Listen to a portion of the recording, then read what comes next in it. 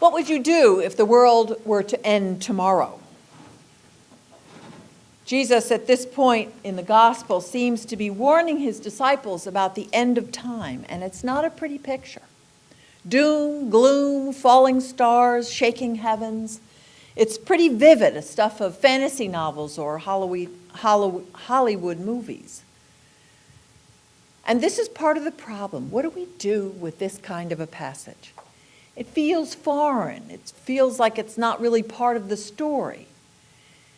And though it may have felt more immediate, more pressing with those first-generation Christians who expected Jesus to return at any moment, or maybe it felt closer to home in some of the panic-ridden times of the Middle Ages, but today there aren't a lot of places where there are and people who are concerned about the end of time, about Jesus' return, where these things are the top thing on the list of priorities of things to worry about.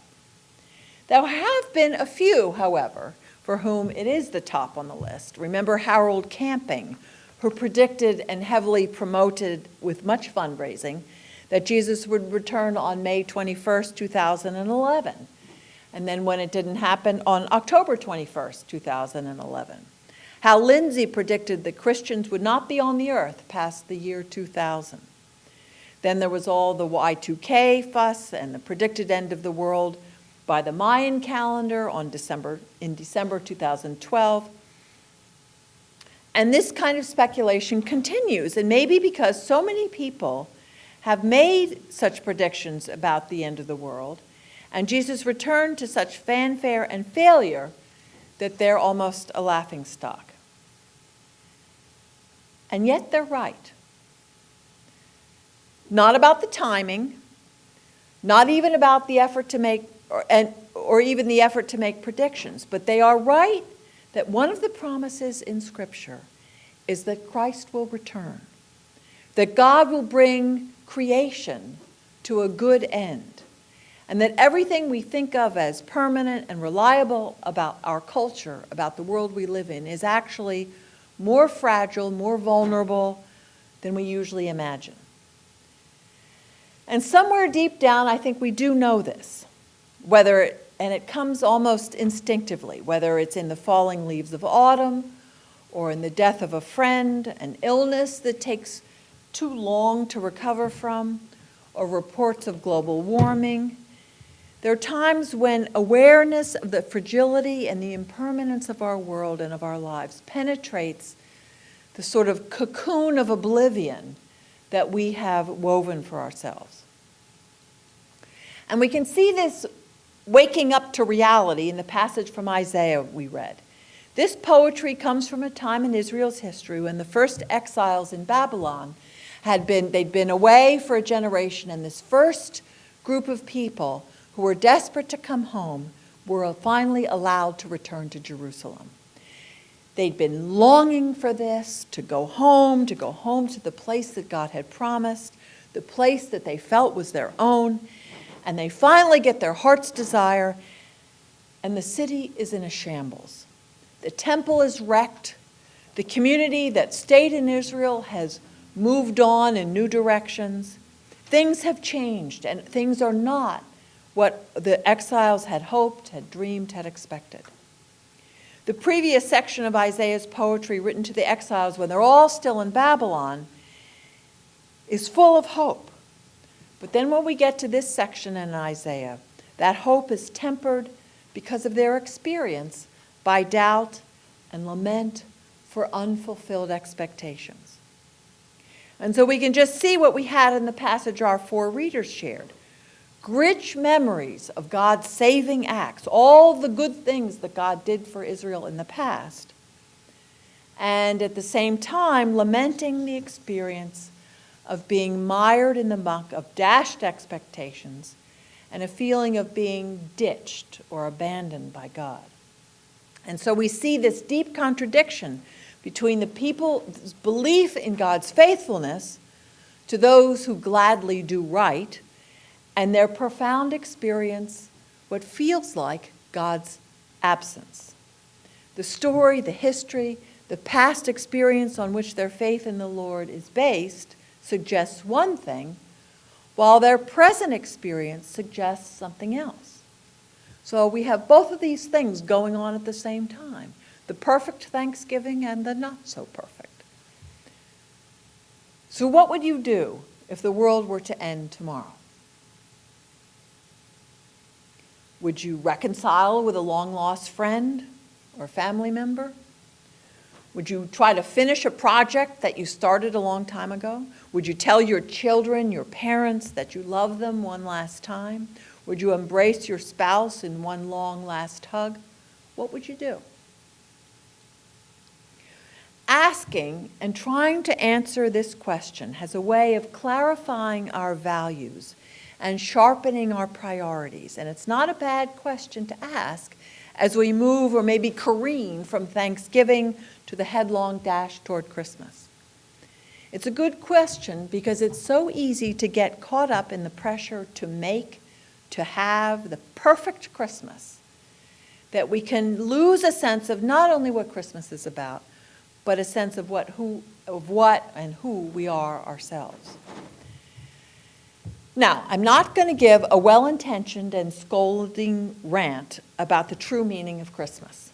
We all get too caught up in the secular celebration of the season, and what I think these two passages from Isaiah and Mark offer to us in the midst of all the planning and preparing, the parties and the shopping and the cards and the cooking and the festive craziness that we all both love and dread.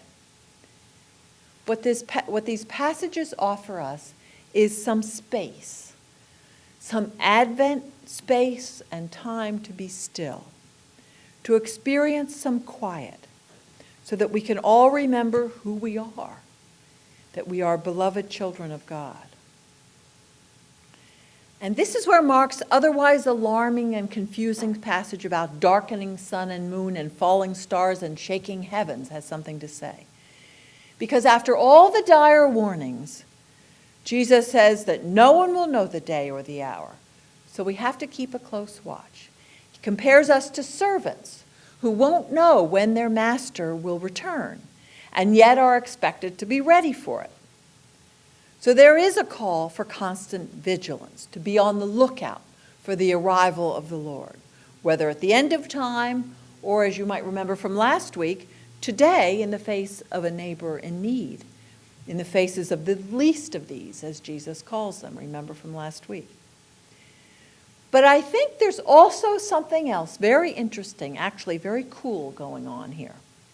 Remember that in the little parable about the servants and the master who goes away, Jesus says that we do not know if the master will return in the evening, or at midnight, or at cockcrow, or at dawn. He's specific about those times. And then notice how Mark divides up the scenes of his story right after this chapter, his story of the days leading up to Jesus' crucifixion. In the next chapter, after this morning's passage, we have the Last Supper, and Mark begins the scene with, when it was evening, he came with the 12. And then the disciples were sleeping in the Garden of Gethsemane because it was the middle of the night or midnight. Peter's denial happened when the cock crowed. And we're told that as soon as it was morning or dawn, the chief priests held a meeting where they decided to hand Jesus over to Pilate. These times of the day lead up to Jesus' crucifixion. They are marked out by the time of day, correspond to the times of day that Jesus mentioned in the parable of the servant and the master who was away.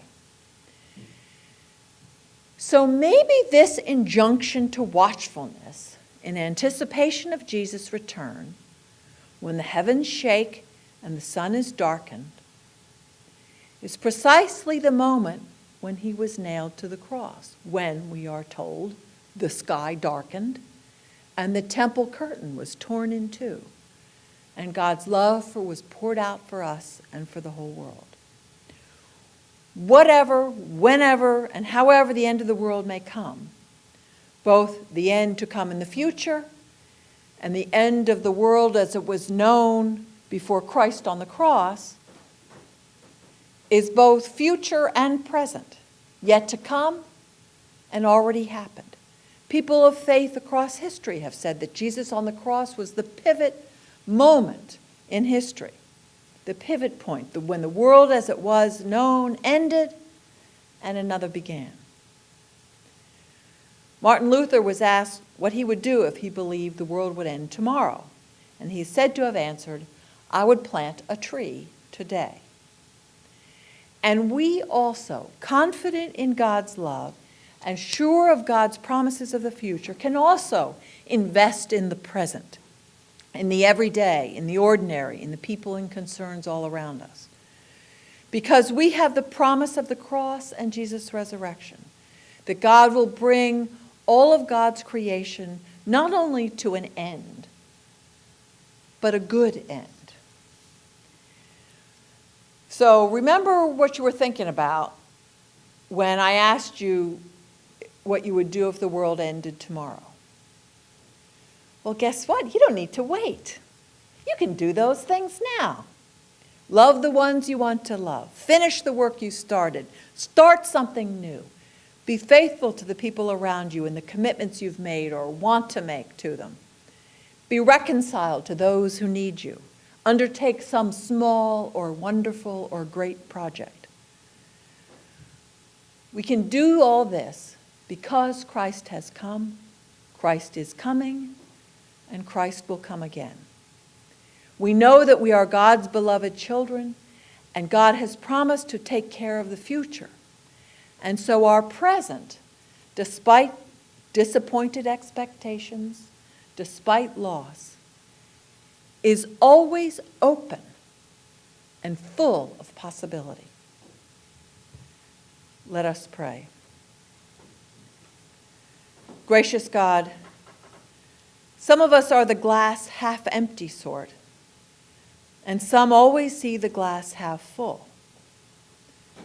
Help us to be expectant and hopeful, neither jaded nor oblivious to suffering. May we see your face in the least of these, and may we look both back and ahead to your arrival in all your glory. May that expectation and hope influence our lives right now in the present, making us compassionate, loving, trusting, awake, courageous. Teach us to find in all the beloved bustle in the season ahead, time and space for your presence with us.